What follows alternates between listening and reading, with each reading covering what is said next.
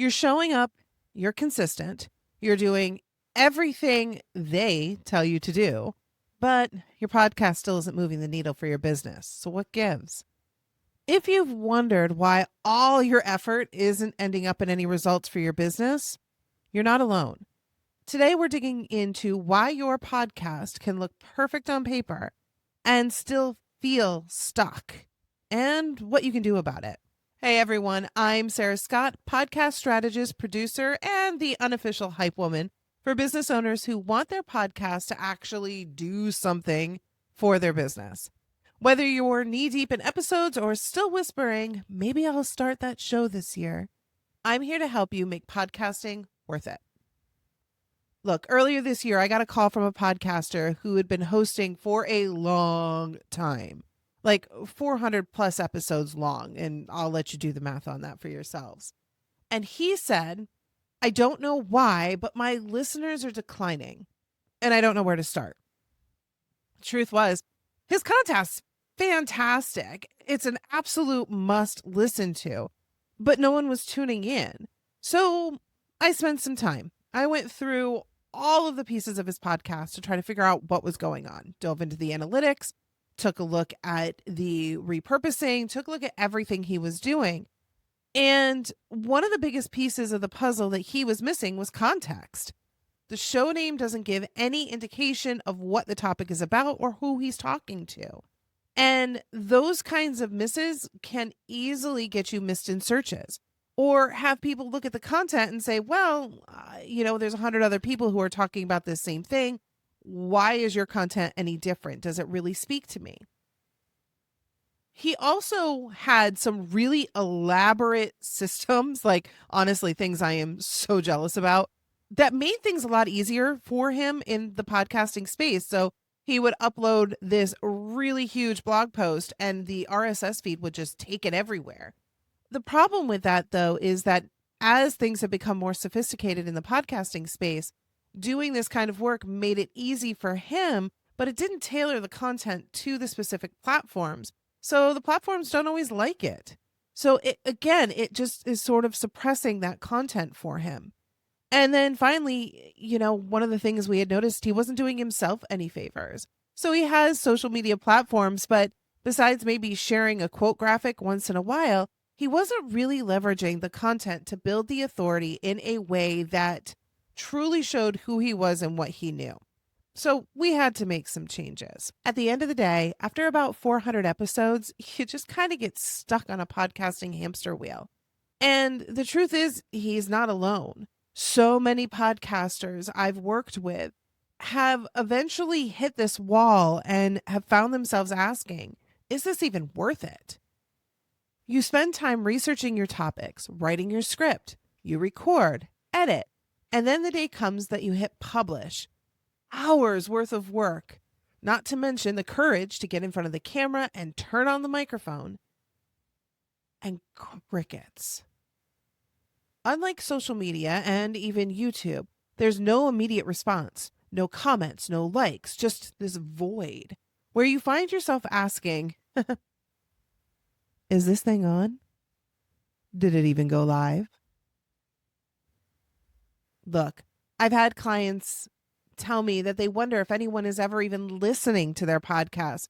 And it's not until months later when they run into someone and they say to them, oh my God, I loved that episode, that you even know that you made any kind of impact on anyone. This is the point where so many podcasters start wondering if they should just quit. Or worse, they keep publishing without a plan and just hope things will change. This is because we look at podcasting like it's another social media channel, rather than making it a pillar to your marketing assets. Because if you can make your podcast valuable to you on day one, the fact that you don't hear anything from your listeners becomes okay. I'm going to share with you the 4 areas I think you should focus on when it comes to creating a podcast that is valuable from episode 1. But if you really want to know where your show stands today, take the Profitable Podcast Scorecard. You'll get a score in each category and ideas you can implement immediately. And as a bonus, I'll personally take a peek at your show and send you some insights of my own. The link to the scorecard is in the episode description. So the 4 areas I want to take a look at are content, visibility, strategy, and monetization. Let's start with content first. So often we want to be cute or clever when it comes to the name of our show.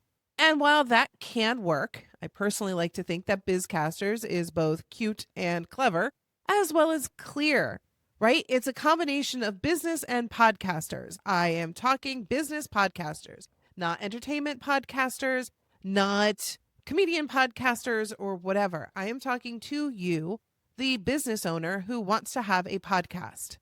It's clear and also a little bit of fun. Another show I've always liked with sort of a catchy title is Rooted in Retail. It is a show that is for Main Street retailers, those retailers who are rooted in their communities. And I absolutely have loved that. Fun, but it's easy to understand. Most of the time, cute and clever probably doesn't speak to your audience. Let's try Coffee with Amy. All right, that sounds warm and cozy, but why should I want to have coffee with Amy? What does she talk about? And who does Amy want to have coffee with? It's not everyone. Remember, we can't speak to everyone. We need to clearly speak to someone.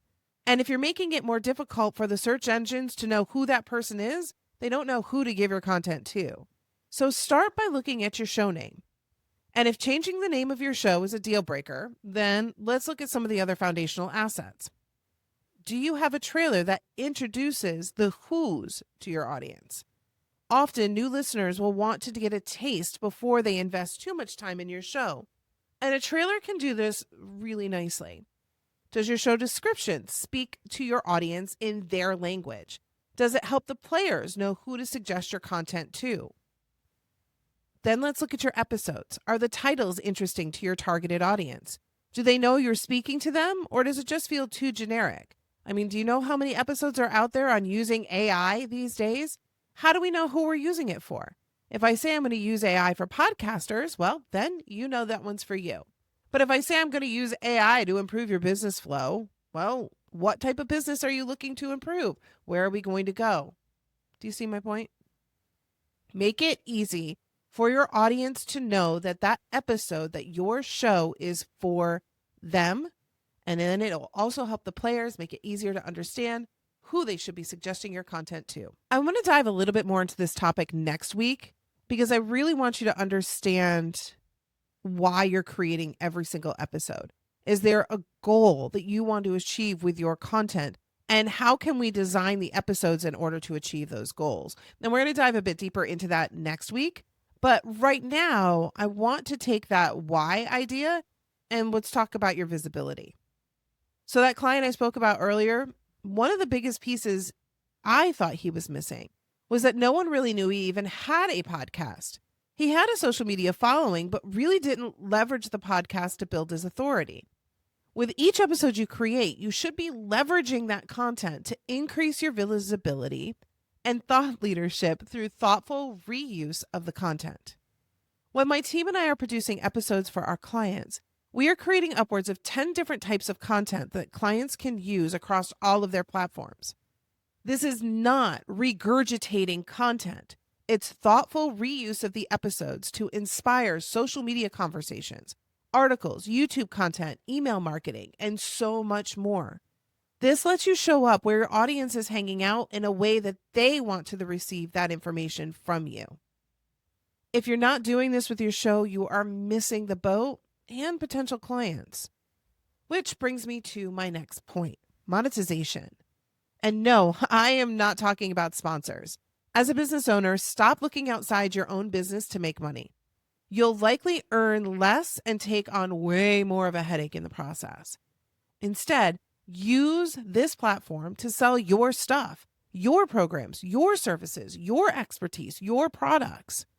It surprises me how often most people don't tell their audience how they can actually help them. Yes, you are giving them fantastic information, but then what? Use this time to guide people into the next step. When they are ready to buy, they will move forward.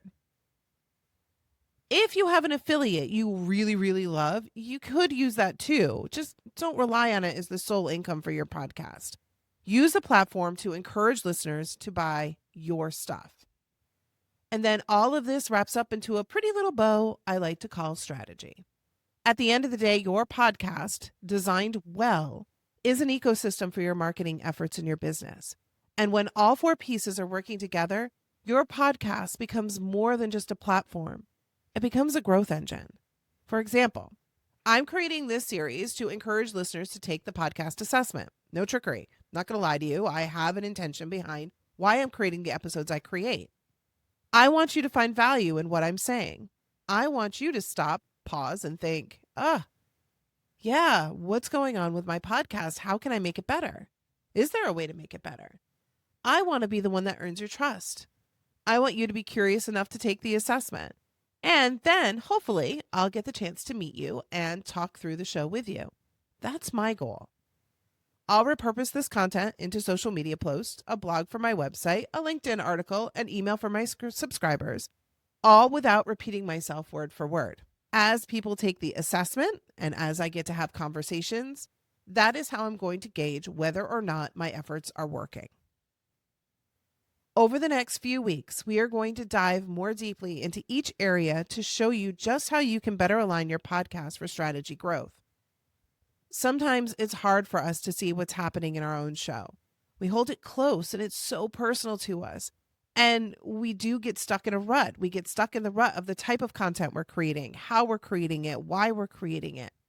And just like everything else in your business, sometimes some things need to be reimagined, re-looked at, take a different opportunity, make a little tweak. I really want you to start with the Profitable Podcast Scorecard.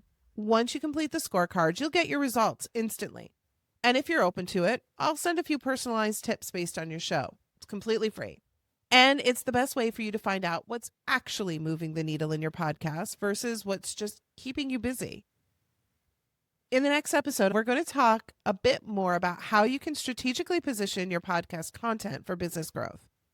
If you know a podcaster who could use this information, share this with them. They'll thank you in the long run. Talk to you next week. Bye.